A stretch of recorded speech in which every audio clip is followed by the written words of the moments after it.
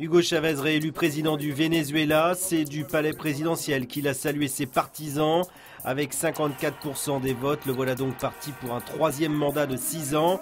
Je vous promets d'être un meilleur président, a-t-il dit à la foule, tout en se félicitant de la réussite démocratique de ce scrutin.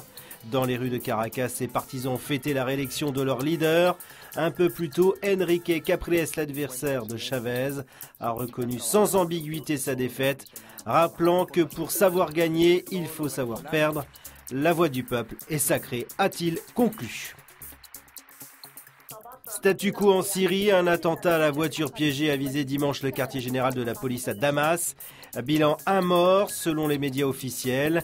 À Alep, la deuxième ville du pays, des combats acharnés ont opposé les forces du régime aux rebelles.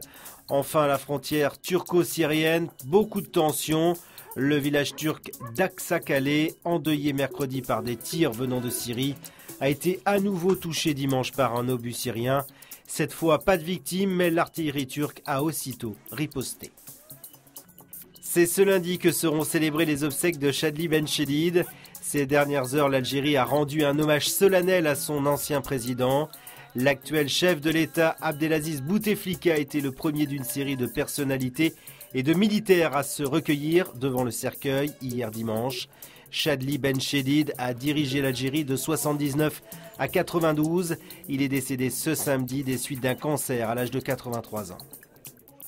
Gignac 2, Ibrahimovic 2, voilà le résumé du match entre l'Olympique de Marseille et le Paris Saint-Germain hier dimanche en Ligue 1. Les deux buteurs ont marqué, un classique qui a tenu toutes ses promesses, score final 2-2. Marseille reste leader avec 3 points d'avance sur le Paris Saint-Germain.